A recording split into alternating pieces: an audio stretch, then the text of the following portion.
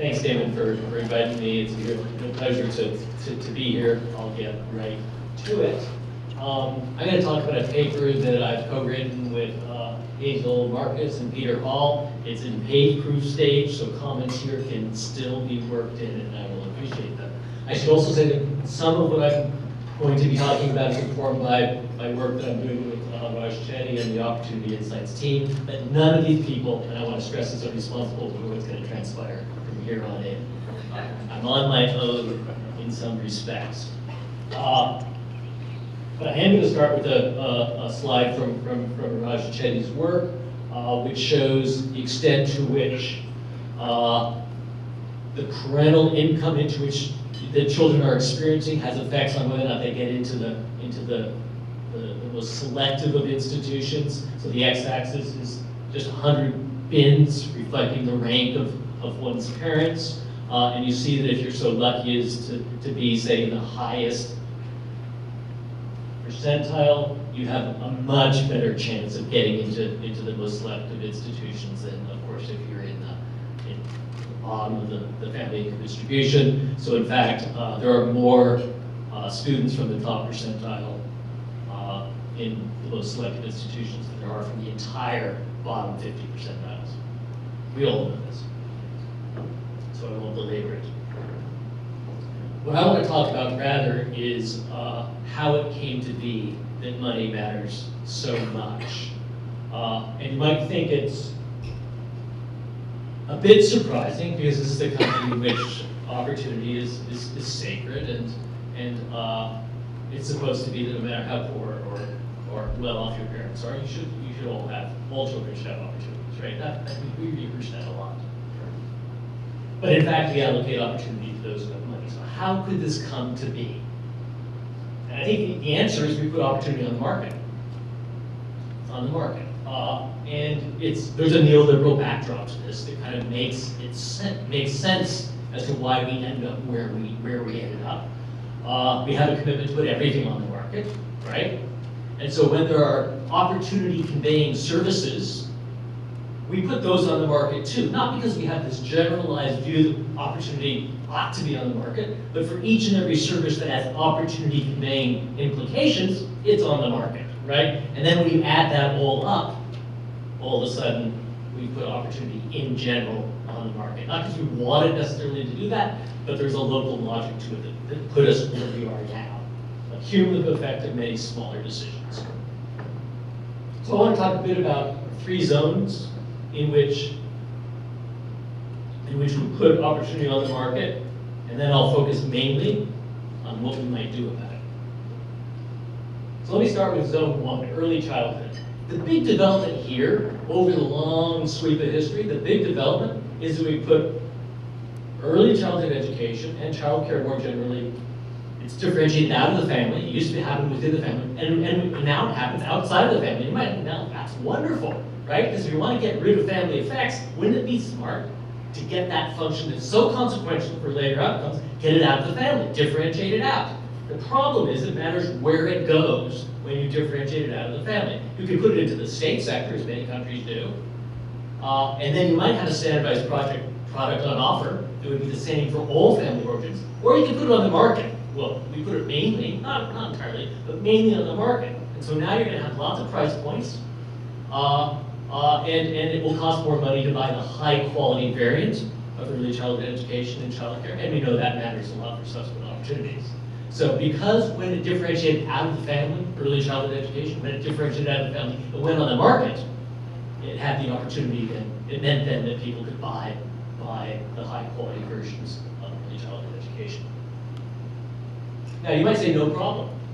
All it would take would it be for that low-income family, when they have a really talented kid, to just borrow the money so they can invest in that opportunity market, right? So you walk into the bank and you say, hey, my kid's got incredible future earnings, if only I can make the requisite investments in zone 1. Please lend me the money so that I can buy a high-quality early childhood education. Right, that market doesn't exist. You can't do that. So we have real constraints that prevent parents, low-income parents with talented kids from making the requisite investments in this zone 1 market. What about zone 2, middle childhood? We think, oh, that's the land of public education, right?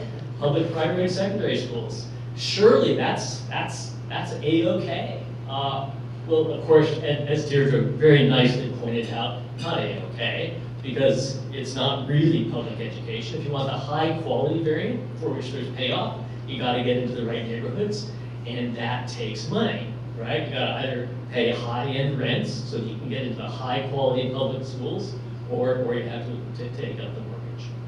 This is a school right next to where I live, Woodside Elementary. It's called a hybrid public-private. You go by it, it's extraordinary. It is so lavish, and the outcomes are amazing, but it's not really a public school because you got to get into Woodside with all the horses that come with it.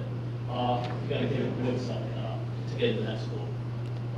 And again, you can't go into a lending institution and say, you know, if I can make this Zone 2 investment in my very talented kid, the future earnings will be extraordinary, and I can pay you back off those earnings. That's not how we hand out mortgages, last I checked. You need to have income and wealth. What about Zone 3, early adulthood? Here what you have to do is get into college, right?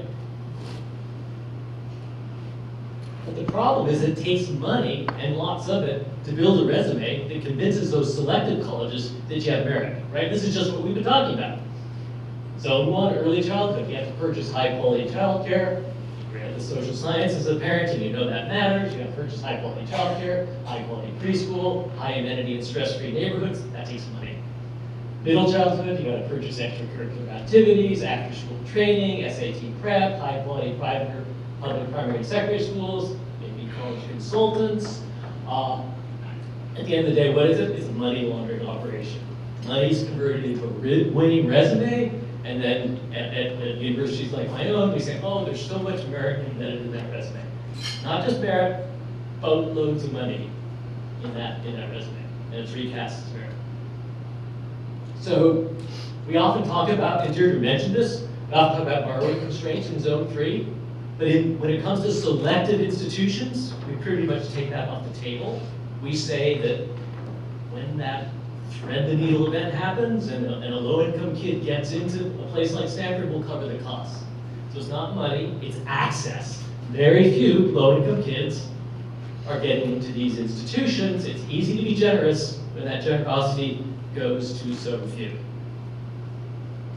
So it's really an access problem that we're facing. It's not a borrowing constraint problem for highly selective institutions. So I talked a lot about the early investment strategy. If you're, say, in the 1%, you buy opportunity in zones 1 and 2, right? You then create that winning resume that projects merit to the admissions officers.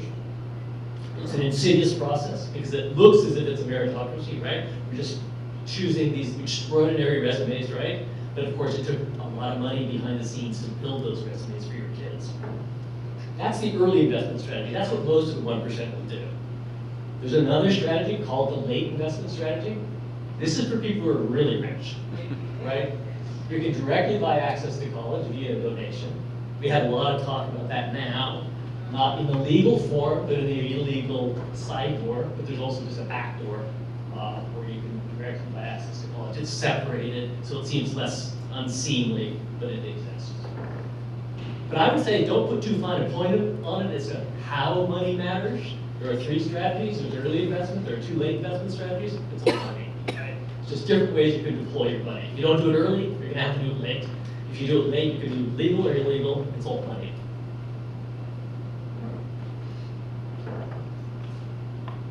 Okay. So how do we typically deal with this problem?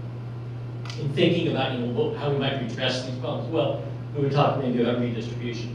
So you provide low-income families with the money so that they can buy opportunity in zones 1 and 2, right? That's basically capitulating to opportunity markets, saying they're here to stay, genie's out of the bottle, but we have to at least make it possible for low-income families when they have talented kids to buy opportunity in zones 1 and 2. So you can capitulate. Another way you could go is directly provide services. Provide to all families high-quality early childhood education, to all families high-quality secondary school, and on, right? And that would be undoing the rise of opportunity markets because you're saying everyone's getting the high-quality stuff. Doesn't matter how much money you have, Everyone gets it. That would be another way to go. Why don't we really do these in any serious way? Boatloads of money. Boatloads and boatloads of money. You either have to redistribute from the top to the bottom so they can compete in a free and fair way on these opportunity markets, or you have to directly provide services that are very, very expensive. If you're trying to provide a 1% quality, well, they have a lot of money to spend on these kinds of investments, and to try to equalize in any way would be very difficult. At the end of the day, you also have a relative advantage problem. As long as redistribution doesn't disrupt the rank ordering of families, those at the top can still outcompete those beneath them, and that's going to be an extraordinary amount of redistribution to take care of the rank ordering issue. So that's the problem. The conventional approaches involving either redistribution or direct provision of services are not likely to be the answer. Is there any other way? Yes, there is another way. I'm going to introduce it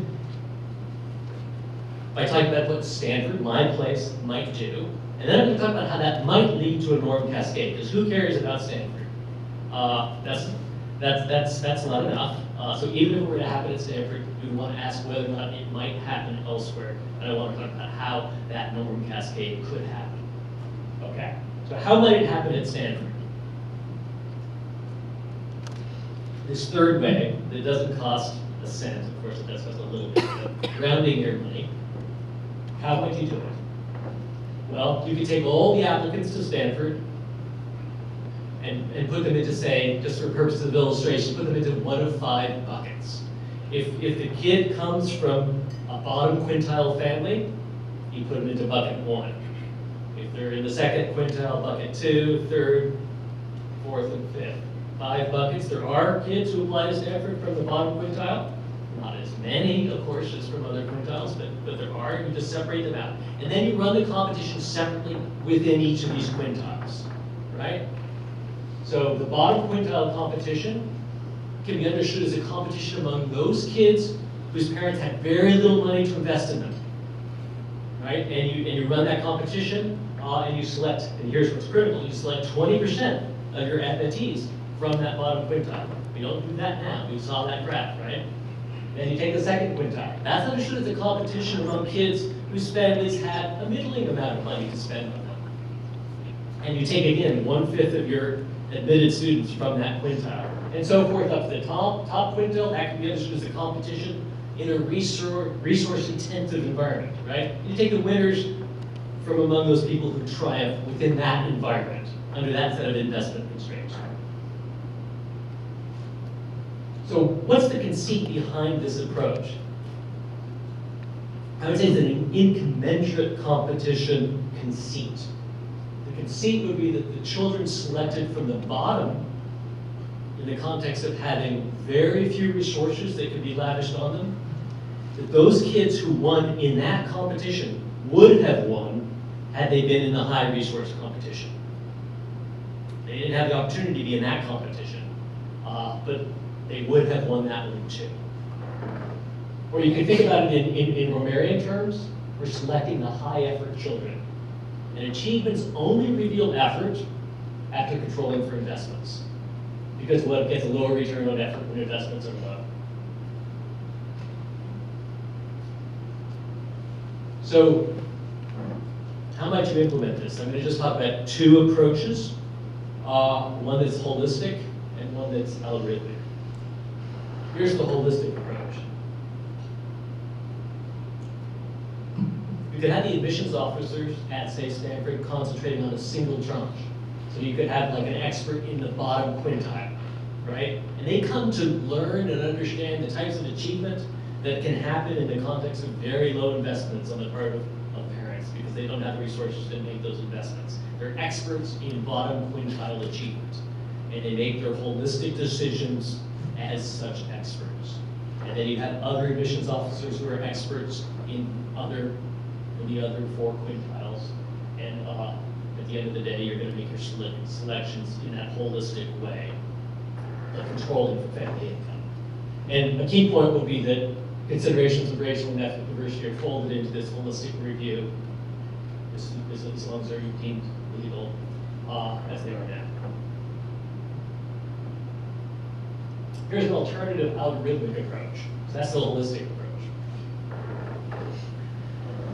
So instead of a holistic review in which we divide those people who apply to 5 quintiles, think of it as an optimization problem. So your input variables might be grades, SAT scores, essay scores, whatever it is that we now use to try to make decisions about who to admit. And then your goal is to choose weights on those input variables that maximize the gross university product. Now, what is that gross university product? You could think of it as just earnings, but most people wouldn't consent to that very narrow understanding of what the product of the university is. So you could think about patents, doctoral degrees, public service occupations. That's the decision the admissions and university decide what the product is. But the point here is that you can choose your weights on your input variables so as to optimize whatever that amalgam product might be. You could do that without any constraints, but that's uninteresting. What's interesting is to do it with a family income constraint. So you choose the weights on the input variables that maximize the gross university product, subject to a family income constraint. So you would become America's university. As under that constraint, you are saying that I want the income of my admitted students to be that of the country, or that of the country for families who have, say, 18-year-old kids, or whatever way you want to understand that. What's the virtues of this algorithmic approach? I'm just going to talk about a few. It may be more efficient, and it may more easily address complementarities. There are other issues, but let me talk about the efficiency one. This is a result actually that comes out of the work of Mike Hout and others, and also is reproduced here in the work of Raj Chetty. What we see is that the earnings of kids after they graduate from elite colleges doesn't much matter. It doesn't much matter what their family income is, right? You get pretty much, so it's a very, it's not a very steep slope, right? There's a slope, a bit of a slope, and we can talk about why there is any slope. But the more important point right here is that there's not much of a slope. So if you're going to select more kids from the bottom of the family income distribution, you're not paying much of a price as a university in terms of their subsequent earnings, which means that that family income constraint isn't going to do you in. And you might, in fact, because you're choosing those weights better, choosing them under an explicit optimization, you could actually come out better than Stanford now is in terms of the future earnings of the kids, if you actually engage in this explicit optimization approach with the family income constraint. So you're having your cake and eating it too. So there's a possible efficiency benefit. And then also you might talk about building in what are called complementarities more directly. So what do I mean by this? Well, what if the payoff to human capital investments are higher when, say, the parents are well educated? If that were the case, then you can think of two types of children in the bottom quintile: the children with well-educated parents and the children with less well-educated parents. And if there's a real payoff to human capital investments when the parents are well-educated, most of the kids say that will be selected from the bottom quintile are going to be those parents who are well-educated, because their investments have a higher return. And you might think that's problematic. And if you did, the algorithmic approach can easily handle it. You just put a constraint on parental education as well as income. And so you can ensure that the admitted students reflect all parental educational levels. And it's not the case that you're just drawing the kids who are so lucky as to be born into families in which both or one of the parents is well educated. And you can take the same approach for other complementarians. So the point is that you can build in other constraints quite flexibly within this approach. Okay. I have no time, but I'm just gonna go for 1 minute and talk about whether or not this might precipitate a norm cascade.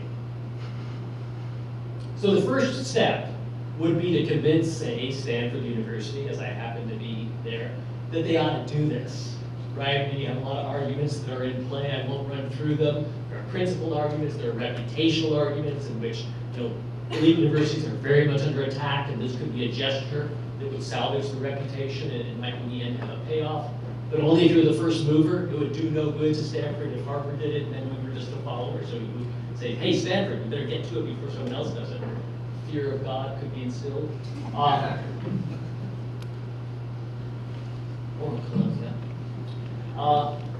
How will other institutions react? So this is critical in thinking about the norm cascade. What they could do is say, so let's say Stanford does it. What might, say, Columbia do? They would say, I think, well, you know what? We give large financial aid packages to low-income kids. That's what we're already addressing the problem. That's a ruse, right? And all the selective institutions are buying into that ruse because they all use it, right? It's a ruse because hardly any low-income kids are getting those financial aid packages, right? It's a distraction strategy, but we all use it. But if one institution like Stanford said, we're not doing that anymore, we're actually authentically into equal opportunity, and it's not just about giving large packages to those few kids who get through. If we broke ranks, and then some place like Columbia tried to use that ruse, we'd say, no, Columbia, good try, we're not in that game anymore. That's a joke. That's a joke. You're not admitting anyone from low-income groups, so that's just a shallow commitment. And there would be pressure for annual reporting on number of legacy admits. The Stanford would do it because they're going to commit to changing that number of 1% admits, number of bottom quintile admits, and all of a sudden, the data are out there, and there's a competition on those metrics. And you might imagine there'd be extraordinary pressure to change. So you might lose if you took option one, if you're a place like Columbia and Stanford did what I'm suggesting it could do. Here's another option, what you could do if you're at Columbia or Harvard or not the renegade institution that's the leader but a responder. You could double down on the aristocracy of merit argument. There just happens to be more merit, you would argue, on the part of the 1%. It's not that they have more money, it's not that they have more access to opportunity, it's just there's more merit there. You could double down on that argument. That's an argument that appeals to the far right, not circles in which elite universities typically like to run. So good luck with that argument. So I would think you might have some real pressure. If there were one institution, one selected institution that did this, there could be real pressure. There could be a norm cascade. It spreads to other selective educational institutions. It might even spread to government employers. It might spread to other employers. And at the end of the day, the simple point here is if we're not willing to spend money through redistribution or through provision of high-quality services to all families, no matter how well off they are. I think we should do those things, but if we're not willing to do them, there is another way. There is another way, and we could realize one of our deepest and most cherished commitments. Thanks.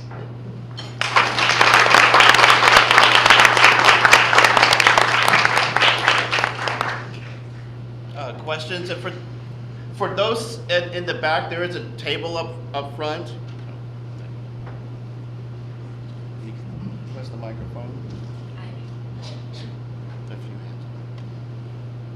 Hi, my name is Jean, Columbia Business School alum, class of 2018. So this is going to be a bit long, so apologies for that. I have a story and I have a counter proposal. So I think you really identified that there are a lot of barriers to lower or even middle income kids to get to top college, and I think that's real, and I think I have a story that illustrates that. So I came from a lower middle class family, brought up by a single mom who got me, into a good school district on sort of like partially luck and partially like really hard work. And then I had perfect SAT scores, top grades, extracurricular leadership roles, and really unique essay. But I got waitlisted at my top 2 Ivy colleges. And then there were people from my school who got in with much lower SAT scores, much lower GPAs, who were either legacies or a donor's kid, or had played rich people's sports like lacrosse. And so I understand the barriers and I fully get them, and I'm very glad that that's been identified as a major issue. I do have a counter proposal to what you suggested, and so I think the counter proposal has 2 parts. First, I think schools can very easily, off the bat, change their policies to not, give preferences to legacies, to rich kids or VIP kids like Jared Kushner, and not give preferences to athletes. And I think that can be done like almost immediately without like sort of any kind of like large financial outlays even. So I think that's the first part of the counter proposal. And then the second part is, I think your proposal to admit more lower income kids could get some fine tuning, because I think what the current proposal overlooks is that, let's say some parents, they become, let's say, Silicon Valley, like successful engineers, and their kids, and because they succeed because these parents are smart, and smart parents do tend to have smarter kids, and that's not like always the case obviously, but I think there is some correlation there. And so it is possible that some of the top quintile kids who do apply to college, if they come from smarter parents, they might be more likely to be smart. That could be true. And I think you can equalize for the non-merit advantages of income and neighborhood by you can make a correlation analysis. So correlation, you can see like the impact of parent income, parent assets, neighborhood zip codes, whether somebody grew up in a single parent family. Like you can correlate all those variables and see how they affect the chances of a kid to succeed into getting into college. And then you can reverse that, see which factors matter, and then run a reverse analysis on people who are applying and give the kids who, let's say, have somewhat slightly lower SAT score, but who, let's say, come from a really poor neighborhood, really low income, raised by a single mom, like you can give those people like more bonus points on application. And I think that kind of correlation analysis can get you a more exact answer for what you're looking for in terms of finding the truly talented people than doing this like rough quintile analysis to see which are the top people within each quintile. And I'd like to get your thoughts on that. Thank you. Yeah, I think that's a great comment. And I'm all in on a lot of those reforms that you suggested. In part, I focused on this particular approach because I think there's a slightly larger chance of it happening. I don't mean to say there is a large chance. It's very, very small. But slightly larger than, say, taking on legacies. There's a deep and profound concern that would be undermining in a variety of ways. If legacies were off the table, I disagree with that argument. I think it would be the right and best thing to do. But I just think that the path of least resistance, not that that there's low resistance, there's profound resistance to what I just suggested, but the path of least resistance is what I suggested. Whereas if you try to take on legacies, the resistance will be even more profound. What this would mean in practice is that the vast majority of folks coming from the 1% under the approach that I laid out would probably be legacies, right? And so my kind of side bet is that once that happens, there's going to be a lot of pressure on the part of the 1%ers who aren't legacies to open up access. And so you get legacy as a second order effect. Now, as you get legacies out, it's a second order effect because we seem so profoundly unfair. There are no other slots available for 1% except for legacies under this kind of approach.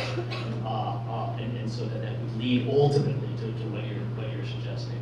On the other point that you raised, I guess I would double down on the argument that the algorithmic approach is going to make sure that we get those things that we care about. If we care about earnings, if we care about patents, if we care about public service operations, if we care about charitable contributions, whatever it is, we should be explicit on what we care about, and then we can just make sure that our weights are chosen such that we get what we want.